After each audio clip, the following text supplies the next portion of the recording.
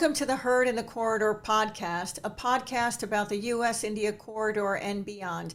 I'm Angela Chitkara.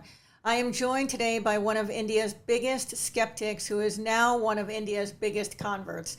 As India's general elections wraps up, who better to chat with than American investor, co-founder of the Quantum Fund and Soros Fund Management, and now chairman of B-Land Interests, Jim Rogers, based in Singapore.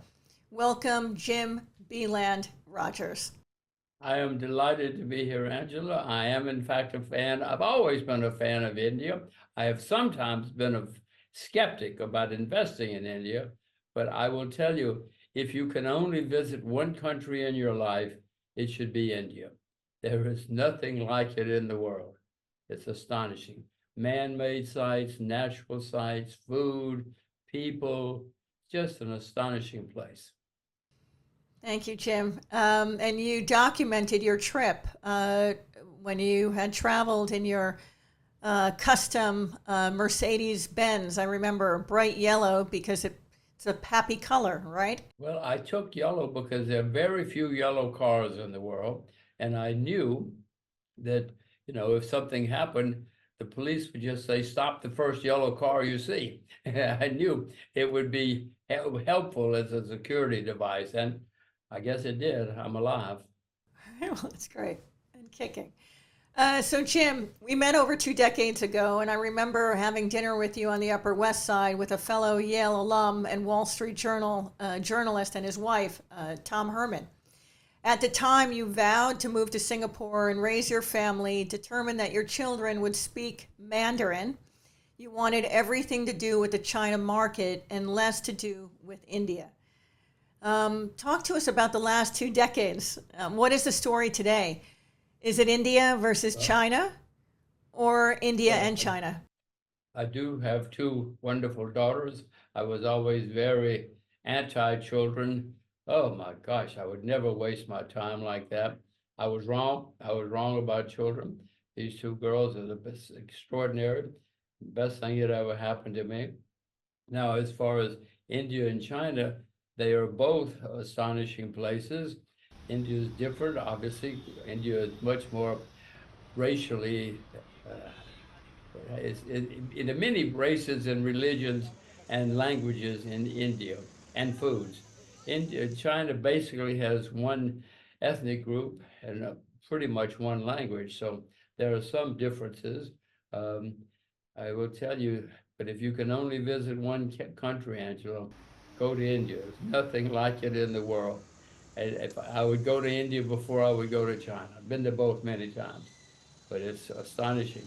So if you want to invest, you can invest in both. The Chinese market is down because of the virus and because of a huge real estate bubble. India is making all-time highs for a variety of reasons. I'm not investing in India at the moment because it's making all-time highs.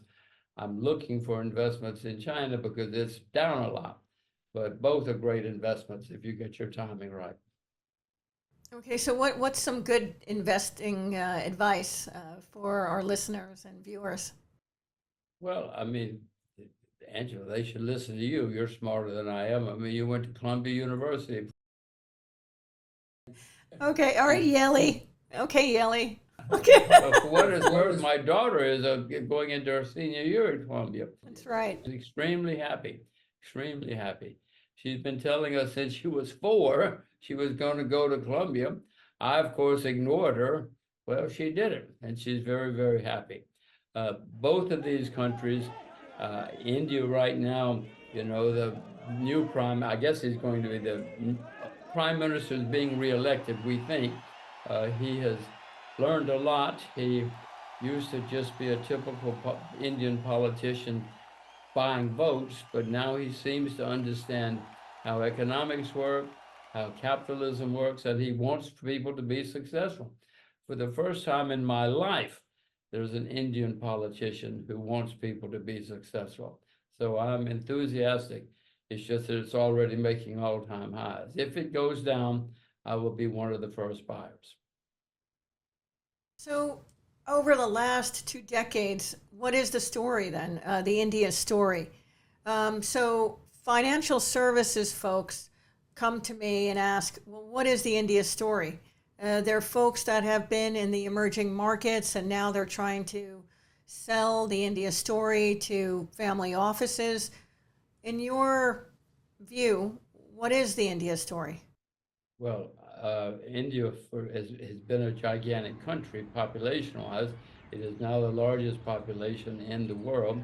That does not mean a country is going to be successful. And India has not been successful economically for decades. I remember when the world started privatizing in 1990, India said, okay, we're going to privatize too.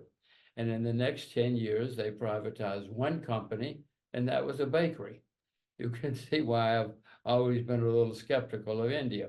But now, for the first time in decades, they understand they're trying to do things to help people succeed. They're trying to give incentives for agriculture and other parts of the Indian economy. It's got fantastic opportunities in tourism. It's just an astonishing tourism country, could be, and it is. So there is agriculture, there are lots of resources there, including tourism, and there are lots of smart people. You know that, Angela. If you go anywhere in the world, you see lots of smart Indian entrepreneurs. For many years, they all left India because it was a hopeless place to do business. But now they're starting to stay and come back to India because somebody in Delhi has figured out, oh, we have to change. We have to do things the right way. And it looks like it's starting to work. And they still have a gigantic population. Many of them are well educated. Put it together, lots of natural resources. It can be a great story. That's my story. So, Jim, what was the turning point for you then over the last 2 decades? What was the turning point for you to now be fully, interested in India? The Prime Minister's name is Modi. In the last year or so, well, Mr. Modi's been elected twice. He's going up for his third time soon. He has been a great politician. He's popular everywhere, but he never really did anything except be a politician. But now he's starting to understand you have to give incentives, you have to help people. He's opening up agriculture for the first, at times in Indian history, India's been one of the great agricultural nations of the world. At other times, it's been hopeless because there have been so many regulations. They're starting to they say they're trying to do all of this to make it an open, competitive economy. And if they do, and Mr. Modi says he's doing it, and he seems to be doing some things, it will be another China story, another Vietnam story, another Korea story, South Korea story. So, Jim, is it India versus China, or is it India and China? Well, it should be and could be India and China. There have been a couple of wars in the last few decades, as you know. That seems to have calmed down. I'm not quite sure fighting over a few thousand square meters up in the mountains, but that seems to have calmed down. And so we now can have, I'm not sure yet, but it looks like we're going to have an India and China story. Okay. So I keep hearing that India is where China was 15 years ago. Is it? Well, about 15 years ago, conceivable, maybe even more. China started really changing in the early 1980s. So it's been nearly 40 years that China started really making dramatic changes. After Mao Zedong died in 1976. Well, I mean, he was a hopeless guy. He knew nothing he was a great communist, but he knew nothing about economics or economies. But after he died, a guy came along who was a genius, one of the great economic geniuses of the 20th century, 21st century, and he started opening up China. India said they were going to do that starting in 1990, but as I said before, there was all talk. This guy now, Mr. Modi, seems to understand that he has to do real things and take real actions. So, Jim, how much of this has to do with public-private partnerships? I think we all know that bureaucrats are not good capitalists. They never have been in anywhere in the world, or rarely anywhere in the world.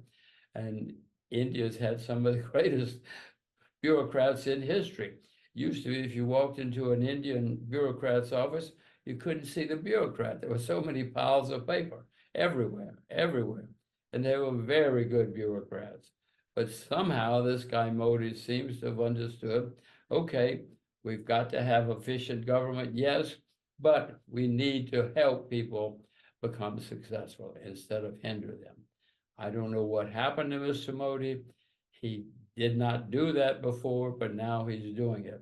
You know, he was a very, very successful state or provincial politician. Now he seems to be doing it on the national stage. So, Jim, we see that, over the last 2 decades, U.S. multinationals, for example, have gone from being risk averse to being fully vested in the India market. In the context of where the world is right now, do you see more of this now happening, where there's more U.S. investment in India? Well, you raise a very good point. It used to be that if people wanted to open in India, like let's say Walmart wanted to open stores, oh my gosh, what a headache, what a bureaucratic nightmare. But now it's becoming easier, and the Indian government is supportive of people opening in India. And if it continues, and every indication is that it will, Angela, there are 1.5 billion Indians. There are Indians everywhere.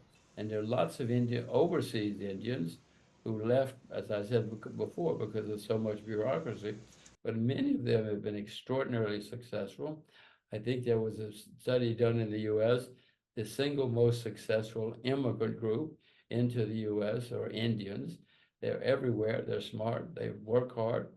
So it's now happening. And if you have a government in Delhi that is supportive, and it looks like we do, who knows where it will go.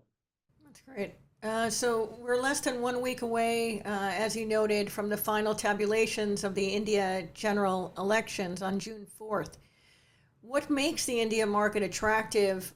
Well, what makes it attractive to me is the fact that the government in Delhi now says and seems to be acting to support entrepreneurs, capitalists, call them what you will. And in a country with nearly 1.5 billion people, lots of resources, lots of neighbors, big, rich neighbors, or not poor neighbors anyway. So that's what makes it attractive. And if you have a government, and this, Andrew, this is the first time in my lifetime, I've been around 50 or 60, over 60 or 70 years. I've never seen these guys be pro-capitalist or pro-entrepreneur. Now they are. They say they are. And if they are, wow, you have an extremely well-educated population, 1.4 billion, whatever it is. They all work hard. They're in Asia, where there's a big, big market. There are a few billion people in Asia. They've got the natural resources. They've got the agriculture. Siberia is just to the north with lot more resources, lots of people, big market. Angela, come back to Asia. What variables do you look for in the India market as well as emerging markets? Well, the single most important thing for me, and I've invested in India before in my life, never with great enthusiasm, but just if it got cheap or something. But now, for me, if Delhi is going to continue to be supportive of companies, industries, then that will be extremely exciting for me. I'm trying to invest in China right now because they had a big collapse. They had a gigantic property bubble which popped, and they had the virus. So I think China may be cheap, but if India is serious, and it looks like they are, then I'll have to be putting more money into India again. The problem with India for me is it's at an all-time high. That's great for Indians, but not for poor outsiders like me who are late to the party this time. Is there a market that you can compare India to, an emerging market? Well, for me right now, China and India, except for the price problem in India, are the two most attractive.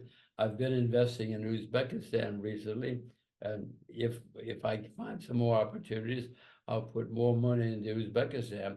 But Angela, there are not many markets. The world since 2009, markets everywhere have been having a very good time. Central banks printed huge amounts of money, especially in the U.S., Japan. Oh my gosh, the Japanese. A good central banker in Japan goes to work early every day and prints more money every day. So most markets around the world have been successful. The two that haven't been Uzbekistan and China. I'm looking at both, but if India comes down and Mr. Modi's serious, and he seems to be, then I'll be putting more money into India. So when we met for coffee in Singapore almost 2 years ago, you cited U.S. debt as the main cause for an impending recession. What is your outlook today as we are less than 6 months away from Election Day in the United States? Well, just to go back to India for a minute, the Indian debt is rising, and that's not good. You know, many emerging markets don't have much debt because nobody would lend the money. I mean, nobody's going to lend money to North Korea, so North Korea doesn't have much debt. They don't have a market either. But so there are not many that don't have a lot of debt, but India has debt, but policies, in my mind, will override that. But it's hard to find anybody. I mean, the United States is the biggest debtor in the history of the world and getting worse every day. Japan, I mentioned already. It's hard to find places that don't have a lot of debt right now. And that, of course, eventually will be a big problem. But right now, India is doing the right things, and they don't have overwhelming debt like some countries, like the US or Japan, for instance. Okay, so what are your thoughts about global multinationals moving out of China and into India, as well as other parts of Asia? There's also discussion about the resetting of the U.S.-Mexico relationship. So what is the place for multinationals in this world today? Is it a remaking of the world order, or are we living in a multipolar world? Will multinationals have to choose who they're aligned with? Well, right now, there is some movement into India, not a lot yet. I think many people are waiting to see if Delhi really means it, and it seems that they do. So as you point out, it is starting to happen. And as I look around the world, the place where many people will go will be into India now, because it's new, it's huge, and it's got I mean, Vietnam is supportive, yes, and it's big, but nothing is as big as India. So I think you will now find, coming after the election, more and more multinationals, as you put it, moving into India. It hasn't been a gigantic move, you know, for the reasons we've discussed. The Indian government has just been talk before. It looks like now they're talk and action. So what are your thoughts about ESG, responsible business, disclosures relating to sustainability? Are you for it or against it? Well, Angela, everybody's for clean air. Everybody's for clean water. I don't know anybody who says, let's go out there and sully the air. Let's ruin the water. So everybody, of course, I'm for it. I think it's a bit overblown, at least in the press and in actions, but nobody is against clean water, clean air, so that's going to continue. I suspect it's probably calming down a bit now, because it did get to be very, very popular, overdone if you ask me, but nobody's against it. Everybody's for it, and it will probably continue, but not with the same fervor that it has been in recent months. Okay, so Jim, what are your thoughts about multinationals? You know, we're living in a stakeholder capitalist world now, where there's a shift to employees and brand, corporate reputation, trust, you know, whether brands should be taking stands in society. And now multinationals are faced with geopolitics. Uh, Well, what are your thoughts?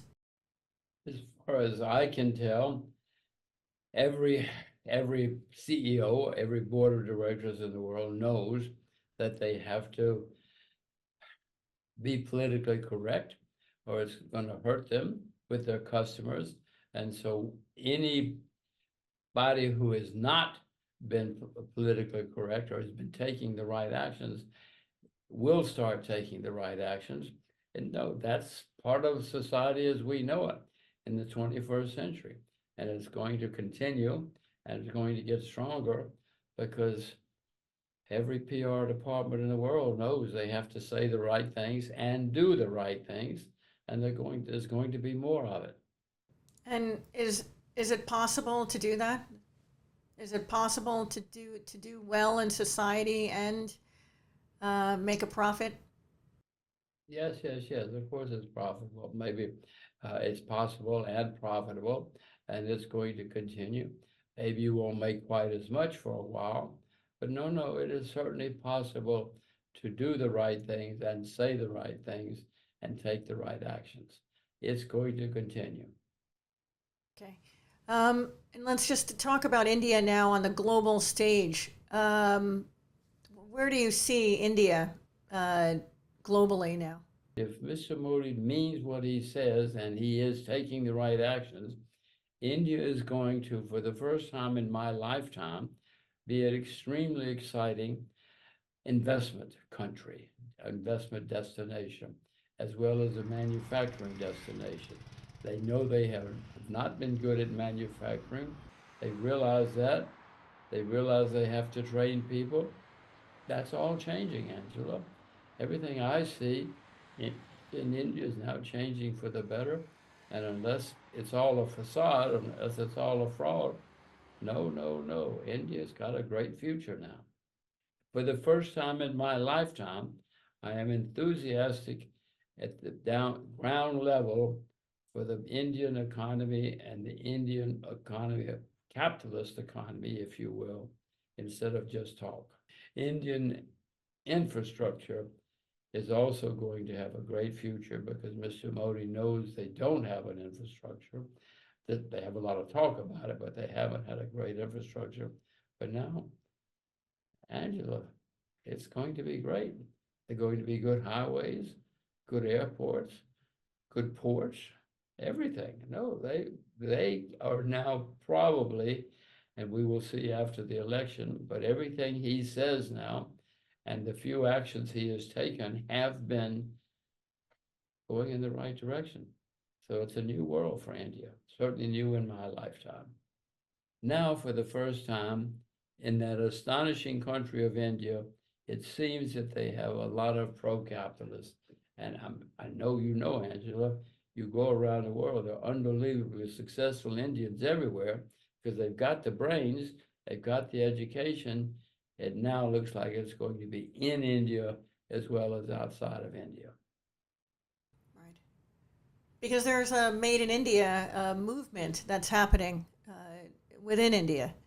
Well, I know that's okay. As far as I'm concerned, that's PR. But if he means it and he does help people develop a manufacturing IQ of India mindset, so that they can become a manufacturing country, it'll be fabulous. That's been one of the problems with India.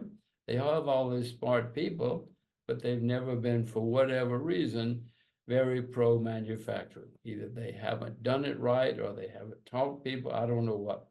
But now, yes, no, Delhi knows they have to have a manufacturing culture, or they'll not be able to compete with Vietnam and China and Korea and the rest of them. They know it. If they know it and they really mean it, and I think they do mean it now, it's going to be a dramatic change. It's not like this story has happened overnight. It's been in the making for decades. Yes, I mean, Mr. Modi has been talking this for a while, but now it seems that people, foreign companies, are going to India to set up manufacturing. Not many yet, but it's happening. You know, I'm not the only person who's been skeptical of India for a long time. Now, many people see what's happening, and you're having people starting to go there to set up factories and to set up manufacturing. For investors, if they're investing in India, is it easy to pull the money out? Well, this is not the United States. This is not Germany, definitely not. But it can be done. Yes, yes, one can. I invest in international markets around the world, and I certainly am hesitant to go into a place that's hassle and gives me many hard times. I do not have that problem in India right now. Maybe it will, maybe it'll come back. But in my view, Mr. Modi and somebody in Delhi understands, hey, we have to change. We have to change on the ground for real this time. You asked me in 6 months, okay? Okay. And Jim, so one final question. So what is your outlook for the remainder of this year, 2024, and your outlook for next year? Well, as you know, the United States and many stock markets are making all-time highs. The United States stock market's been going up since 2009. That's the longest in American history that the U.S. stock market has had a great run without a big collapse. Now, the longest, maybe it's going to last forever. It never has, Angela. So my outlook basically is one of caution and watching. If I find an opportunity like maybe Uzbekistan or China, then maybe I will do something more. But at the moment, I am somewhat skeptical as I see this is the highest in history for many markets. We've never had this long a period where everybody's doing well. Yes, maybe if you listen to Washington, Angela, they will say, don't worry, this is going to go on forever. You know, if you listen to the Secretary of the Treasury, I'm more skeptical. I know it has always ended. And so I can see the signs that we're not at the end yet, but you know, you're starting to see many new investors are coming in. They're calling up their friends and say, oh, I've discovered this new thing called the stock market.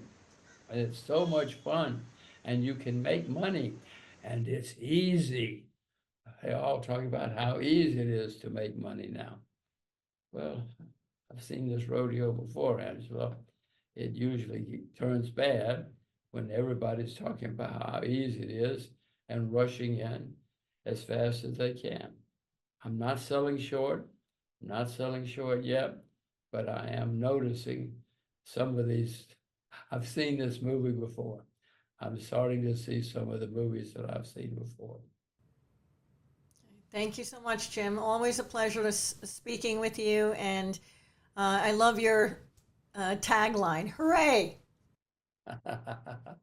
Hooray, hooray, hooray. Well, maybe we can meet in India and we can go over to the stock exchange and say, hooray, hooray, hooray to all of you. That was Jim Rogers, chairman of Beeland Investments, based in Singapore. Thank you so much for joining me. I'm Angela Chitkara, and I'll see you in the corridor.